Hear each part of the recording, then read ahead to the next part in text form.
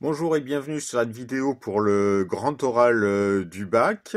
Donc je recommence les vidéos pour donner des idées de sujets originaux et d'actualité hein, pour un peu toutes les matières. Donc là on va parler de stéganographie parce que c'est une discipline qui est toujours d'actualité, qui est très ancienne mais toujours d'actualité, qui a beaucoup évolué au fil du temps et qui peut être traitée dans de nombreux domaines. Ça peut faire partie d'un bon sujet de HGGSP ou de physique, chimie ou de NSI. Donc là, on va voir plutôt le côté HGGSP. Alors, la stéganographie, c'est quoi? C'est un domaine où l'on cherche à cacher de l'information dans un support banal en apparence pour ne pas éveiller les soupçons. Ce terme vient du grec stégano, je couvre, et grapho, j'écris, car les premiers essais consistaient à cacher des informations, des messages importants. On retrouve ainsi les premières traces de stégographie dans l'Antiquité, et cette discipline, qui a beaucoup évolué depuis, touche de nombreux domaines, physique, littérature, informatique, etc. Nous allons voir son évolution à partir de quelques exemples à travers les siècles, de l'Antiquité à nos jours. Alors, dans l'Antiquité, parce que ça a commencé très tôt, hein, les premières traces de stégographie apparaissent dans les Histoires, qui a été publié, écrit vers moins 445, euh, écrit par Hérodote. Hérodote qui était de moins 484 à moins 425. Donc Hérodote est le premier historien grec et du monde, hein, donc c'est vraiment un personnage important. Un premier récit raconte comment Histier a fait passer un message à Aristagoras pour organiser une révolte contre les Perses. Il fit raser le crâne de son esclave le plus fidèle, tatoua un message dessus, puis attendit que ses cheveux repoussent pour l'envoyer chez Aristagoras. L'inconvénient de cette méthode est qu'il ne faut pas être pressé, hein, parce que vous imaginez le temps qu'il faut pour que les cheveux repoussent suffisamment pour cacher le message qui est dessous. Fallait vraiment pas que la guerre soit imminente. Un deuxième récit rapporte que Démarate, réfugié auprès du roi des Perses Xerxès, a informé Sparte d'un projet d'invasion de la Grèce. Pour cela, il prit une tablette en cire, en gratta la cire et écrivit son message sur le bois. Puis il recouvrit son message de cire. La tablette ayant l'apparence d'une tablette vierge, son porteur ne risquait rien. Alors il faut savoir qu'à l'époque, hein, une tablette en cire, c'était une planche en bois de 10 à 40 centimètres, hein, vraiment comme à peu près vraiment de la taille d'une ardoise qu'on utilise en primaire, hein.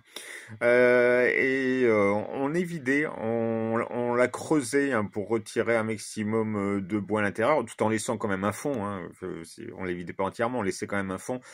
Et puis un bord aussi. Hein, et comme ça permettait de mettre de la cire à l'intérieur. Et puis quand la cire était sèche, on pouvait graver des choses dedans. Et après, on pouvait la réutiliser à volonté, puisqu'il suffisait de faire chauffer la cire à nouveau ou de remettre si on avait trop utilisé. Voilà, donc c'était les ardoises de l'époque, hein, quoi, vraiment. Donc voilà, donc pour illustrer un peu ce procédé, je vous ai fait une petite vidéo hein, pour montrer comment, avec un petit morceau de bois tout bête, on écrit un message dessus et un peu de cire, ça cache sans problème, il n'y a pas de souci. Voilà, donc je vous laisse admirer cette magnifique vidéo. Alors pour illustrer cette méthode, j'ai pris une bougie, c'est le petit nounours qui m'a servi pour la cire. Alors on va dire une petite cuillère en bois, on va dire que c'est la tablette en bois. Hein. Malheureusement, je n'ai pas de tablette en bois sous la main, puis de toute façon, je voulais pas un support trop grand, sur lequel est inscrit un message d'une importance capitale. Et vous voyez très bien qu'il faut pas beaucoup de cire hein, pour bien recouvrir le message, parce que là on voit rien du tout. Hein. Et en plus, c'est quand même assez épais. Alors bien sûr, si vous faites ça chez vous, hein, moi j'ai fait ça dans une tablette, dans une bassine, au-dessus d'une bassine, pour pas tout salir. Hein. Voilà. Donc maintenant, et puis la cire sèche assez rapidement. Donc comment on fait? Maintenant, elle est bien sèche, elle adhère bien au bois. Alors, mais regardez, on peut quand même la retirer assez facilement. Voilà, donc on gratte bien et on voit le message qui commence à apparaître sous la cire. Alors bien sûr, j'ai pas fait comme à l'époque, j'ai pas gravé le message dans le bois, j'ai juste écrit au stylo. Hein. C'est pas grave. Voilà. Donc, ce qui est embêtant, c'est de gratter la cire.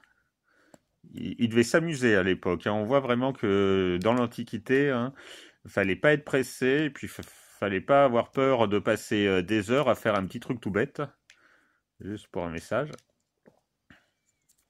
Voilà, le message apparaît. C'est vraiment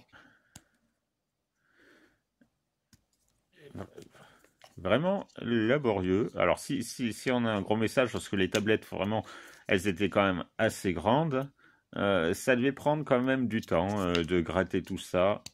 Voilà, bon, en même temps, ils y allaient pas juste avec les doigts, ils y allaient avec des outils quand même. Voilà. Mais bon, là, j'allais pas me prendre la tête. De toute façon, on vit pas dans l'Antiquité. Et quel est ce message super important? Oh, regardez, sous le message, ouais, la Switch 2 sort le 5 juin. Voilà.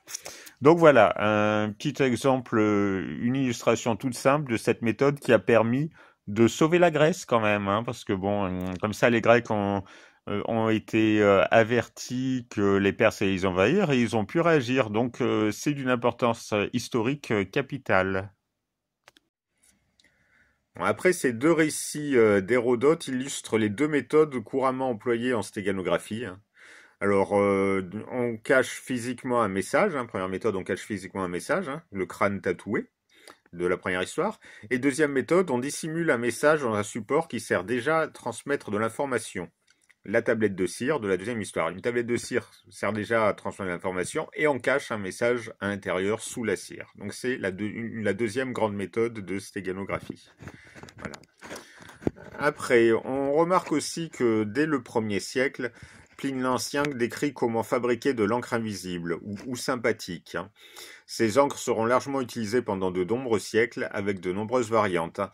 Alors, Pline l'Ancien l'a écrit vraiment au 1er siècle, mais il rapportait des histoires qui dataient de plusieurs siècles auparavant. Donc c'est déjà à son époque, c'était déjà vieux. Donc, il y a de nombreuses variantes de ces encres aussi, hein. Une encre permet même d'écrire un message sur le blanc d'un œuf dur sans casser sa coquille, ce qui le rend indétectable. Ça a vraiment été utilisé ce genre-là. Il suffisait de prendre une encre spéciale, d'écrire un message sur la coquille, alors d'un œuf dur, hein, pas sur un œuf frais, hein, bien sûr. Et après, l'encre traversait la coquille sans que ça se voie. Et le message allait s'imprimer sur le blanc de l'œuf. Bien sûr, il fallait ensuite retirer la coquille pour voir le message. Et bien entendu, l'œuf n'est plus comestible. Je vous conseille pas de manger un œuf avec un message écrit avec cette encre. C'est pas une encre alimentaire du tout, hein. Mais ces encres, on peut toujours les faire de nos jours, hein. Il faut juste trouver le bon dosage, mais c'est encore possible. Après aussi, en 1944, Marcel Nadjari enterre une lettre pour ses descendants dans le camp d'Auschwitz. Alors ça, c'est une histoire assez émouvante. Ce n'est qu'en 1980 qu'elle est retrouvée, mais elle est tellement abîmée que le texte est illisible. Il a fallu attendre 2017 pour que l'historien Pavel Polian puisse déchiffrer le texte à l'aide de techniques informatiques. Il témoigne de son travail au Sonderkommando d'Auschwitz.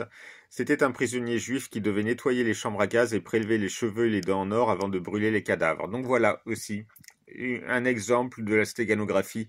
Voilà, il était persuadé de mourir au camp, donc c'est pour ça qu'il avait voulu cacher une lettre qui racontait les horreurs qu'on l'avait obligé à faire ou qu'il avait vues, dont il avait été témoin. Il n'est pas mort, hein. Il n'est pas mort au camp, hein, pas du tout, hein, à cette grande surprise. Et son témoignage a perduré, même si on a failli le perdre. Donc voilà. Donc ça, c'est un très bel exemple de stéganographie, vraiment. On rapporte aussi que les Chinois avaient l'habitude d'écrire des messages sur de fines bandes de soie. Ces dernières étaient ensuite roulées en boule puis recouvertes de cire pour les protéger. On les faisait alors avaler au porteur et après il fallait attendre juste qu'ils ressortent de l'autre côté. Bon, c'était un peu crade, mais ça existe toujours, hein. On le fait encore de nos jours, hein. Surtout les narcotrafiquants pour les mules. Vous avez déjà entendu entendre parler de faits divers, des gens arrêtés dans les aéroports et on découvrait des petits sachets dans leur estomac. Voilà quoi, ces techniques sont toujours répandues. Voilà, c'est un peu crade, mais ça existe. D'ailleurs, il y aura une autre anecdote célèbre un peu plus loin, on en reparlera. Après, on va passer quelques siècles quand même pour se retrouver à la Renaissance et au siècle baroque, hein, avec deux exemples originaux euh, qui illustrent la stéganographie. Alors, en 1684, dans son ouvrage de cryptographie, alors c'est de l'allemand, hein, le titre est un peu long, on s'en manque un peu, Johannes Balthasar Friederici explique comment un dessin assez banal, hein, cache en réalité une image, hein. Alors le dessin assez banal, c'est l'immeuble. Il faut bien sûr la table pour pouvoir le décoder, hein. Bien sûr que si on regarde le dessin comme ça, on ne pourra pas trouver le message tout de suite, hein. Sachant que les fenêtres de l'immeuble dessiné codent des lettres qui permettent d'écrire un texte. Ici, c'est le texte dit «Nous n'avons plus de poudre», hein. Le texte est écrit en allemand. Ce procédé est appelé sémagramme. Alors sémagramme, on va revenir un peu plus loin dessus. Donc première utilisation des sémagrammes aux alentours de 1684. Après, le plus ingénieux est Jean Tritème, hein. Lui, il est né en 1462 et mort en 1516, qui dissimulait des messages dans les prières qu'il écrivait. Cet abbé bénédictin est célèbre pour ses découvertes en cryptologie notamment. Son ouvrage le plus connu est Steganographia, rédigé vers 1499, mais publié en 1606, dans lequel il explique plusieurs méthodes pour coder des messages. On lui doit la méthode du chiffre de Trithemius. Alors attention, ça, cette méthode, c'est plus de la cryptographie, parce qu'à cette époque, on mélangeait un peu les deux, cryptographie et stéganographie, mais c'est deux disciplines assez différentes. Lui, mais il faisait aussi de la stéganographie, alors surtout dans ses prières. Dans ses prières, il substituait ainsi une phrase à une lettre, hein. Donc on voyait une prière en apparence assez banale, mais en réalité c'était un texte. Ça a été repris après, hein, je vous donne d'autres sémagrammes, hein. Voilà, je vous montre quelques images. Alors dans l'image numéro 1, je vous mets aussi les textes qui sont codés. Euh, voilà, donc on va revenir dessus. Une autre anecdote assez célèbre concernant la stéganographie est racontée par Alexandre Dumas pendant la campagne d'Italie. Hein, en 1796, Alexandre Dumas se trouvait en Italie avec son père, qui était un général napoléonien. Bonaparte craignait une riposte des Autrichiens, hein, donc ils étaient tous un peu sur le qui-vive, hein. Et dans la nuit du 23 au 24 décembre 1796, des soldats arrêtent un homme qui allait franchir les palissades. Rien de suspect sur lui, ni dans ses réponses pendant qu'on l'interrogeait. Pourtant, tout le monde est convaincu qu'il s'agit d'un espion, hein, parce que qu'est-ce que ferait un homme en pleine nuit? Voilà, bon, c'est un peu louche.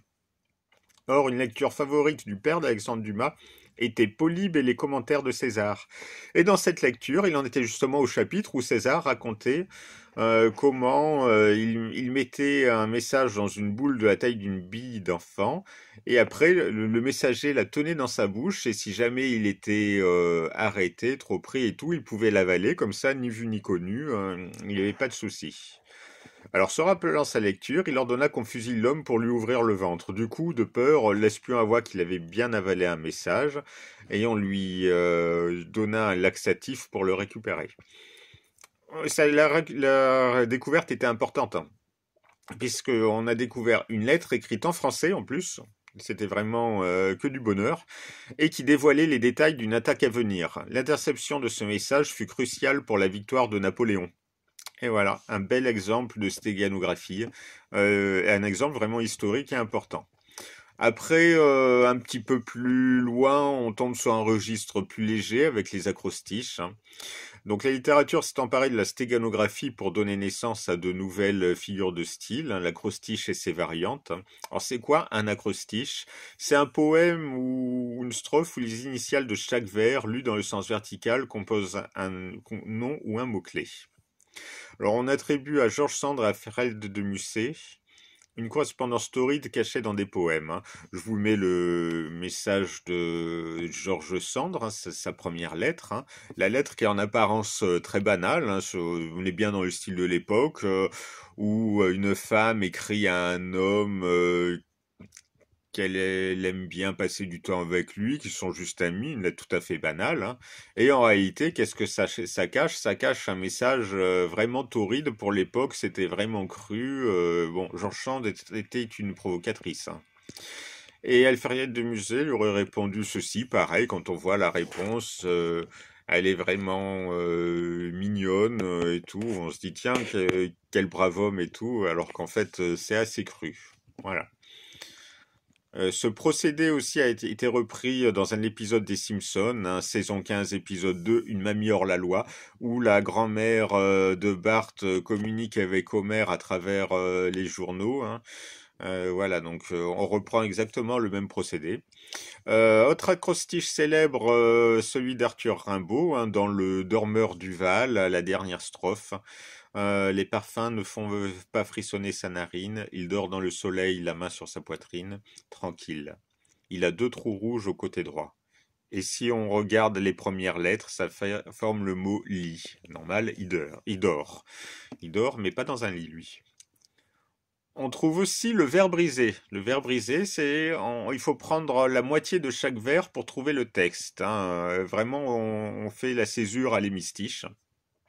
Et là, il y a de beaux exemples, hein. Je vous mets par exemple un poème de la Résistance faisant faussement l'éloge de l'occupation nazie. Donc ça, c'est pareil, ça colle bien avec le HGGSP, hein, les guerres, la sécurité, l'information, la propagande, etc. et tout. Donc là, on a un super poème qui apparemment fait l'éloge d'Hitler et du nazisme, et en réalité, pas du tout, c'est tout l'inverse, hein. C'est tout l'inverse puisqu'il dit aimons et admirons l'éternelle Angleterre, maudissons, écrasons le nazi sur la terre. Soyons donc le soutien de ces navigateurs, à eux seuls appartient la palme du vainqueur. Le chancelier Hitler est indigne de vivre, le peuple d'outre-mer sera seul à survivre. Du Führer allemand, la race soit maudite. Ce juste châtiment répond au vrai mérite. Donc voilà, ça n'a plus rien à voir avec une éloge du nazi, c'est tout l'inverse. Et c'est de la stéganographie, là aussi. Une autre méthode, c'est les nuls. Alors, les nuls, c'est une méthode aussi pareille, utilisée depuis très longtemps, hein. Ça remonte également à l'Antiquité. Les nuls ou codes camouflés est un procédé qui consiste à marquer certaines lettres d'un texte par un symbole ou un petit trou. Alors attention, hein, quand je dis petit trou, c'est un truc qu'on doit pas beaucoup voir, hein. Bon, enfin, je veux dire, pas beaucoup voir en première lecture si on fait pas trop attention. Ça peut arriver aussi après. Alors c'est sûr, si on le fait assez subtilement, ça se voit pas trop. Sauf si on met une lumière derrière le texte, là on verra bien les trous apparaître. Les nuls sont alors les lettres non marquées. Les lettres marquées, mises bout à bout, forment un message. Donc c'était aussi une méthode pour faire passer des messages discrètement. Soit on faisait des trous, soit on mettait des petites marques, des petits messages, bon voilà. On peut faire des petits trous à l'aide d'une aiguille ou d'un compas, hein. Mais vraiment des trous pas gros, hein. Si on fait des trous énormes, il n'y a plus de stéréographie, ça passe plus inaperçu.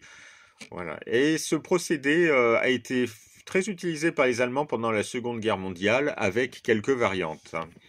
D'ailleurs, on en arrive à la Seconde Guerre mondiale qui a été propice à de nombreuses techniques de stéganographie, hein. Par exemple, on a retrouvé le message d'un espion allemand, hein, qui est un message tout à fait banal. Seulement, si on prend la deuxième lettre de chaque mot, on obtient un autre message, hein, qui prévient que le Pershing part de New York le 1er juin. Donc, c'est une information importante qui a été interceptée par les Américains. C'est pourquoi les Américains ont censuré de nombreuses communications, tellement ils avaient peur que des messages importants passent comme ça. Ils ont censuré même les demandes de diffusion de disques. Radio Londres utilisait aussi des messages personnels comme les fameux vers de traînée très proches de ceux de Verlaine, berce mon cœur d'une langueur monotone qui annonce le débarquement en Normandie. Vous avez certainement dû en entendre parler en histoire. Certaines expressions sont devenues mémorables comme les carottes sont cuites ou messieurs faites vos jeux ou les Français parlent au français, ça commençait toujours comme ça, voilà.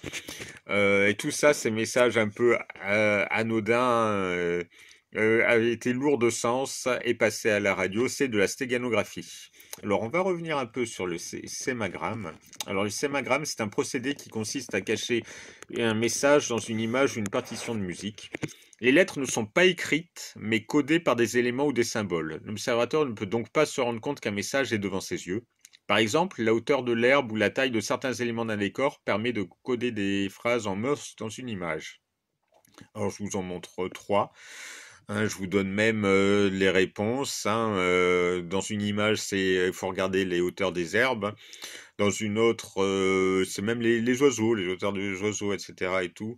Ou alors pour la musique, c'est la passion de musique, sont les notes et leur durée qui codent des lettres. Voilà, c'est assez varié. Hein, et un sémagramme est aussi employé dans un épisode de la série Elementary. Hein, donc c'est vraiment des références tout à fait modernes. Hein. Puis de nos jours, que dire de nos jours? Donc de nos jours, la stéganographie est toujours très couramment employée, mais surtout grâce aux outils numériques. On cache une image dans un son, un virus dans un fichier, etc. Cependant, des méthodes plus classiques ont quand même défrayé l'actualité plus ou moins récente. Hein. Par exemple, la police y communique avec AZF par le biais des petites annonces, un rubrique messages personnels, ça fait penser à la Seconde Guerre mondiale, et c'était dans le journal Libération. À l'époque, Nicolas Sarkozy était ministre de l'Intérieur, hein, ça se passait en 2004, et d'où le petit nom Suzy. Suzy, inventé par les terroristes, c'était en référence à Sarkozy. Sarkozy, Suzy. Voilà, donc ça c'est réellement passé, hein, c'est pas une blague, c'est pas une fake news, hein, voilà. Il y a aussi en revanche une rumeur qui prétend que les terroristes impliqués dans les attentats du 11 septembre 2001 se seraient envoyés des messages cachés dans des images pornographiques. Alors là, attention, c'est une rumeur, c'est à prendre avec de grosses pincettes, mais si c'est vrai, c'est aussi un emploi de sténographie pour du terrorisme, donc là c'est beaucoup plus grave, hein, mais bon, attention, ça reste qu'une rumeur pour l'instant. Donc en conclusion, les techniques de stégographie sont employées depuis très longtemps et sont très nombreuses. Les besoins de faire passer discrètement l'information n'ont pas diminué, mais ont beaucoup évolué. Tout va beaucoup plus vite et les outils modernes ouvrent de nouvelles possibilités. Ainsi, la sténographie est toujours très usitée actuellement, elle concerne surtout le monde du numérique. Donc c'est un sujet vraiment d'actualité très moderne qui fait référence à plein de choses, qui permet de parler de pas mal de faits historiques. Donc je le conseille vraiment en HGGSP parce que c'est original, c'est vraiment plaisant, hein, c'est vraiment plaisant de travailler dessus. Donc n'hésitez pas à poser des questions et bon courage pour le grand oral.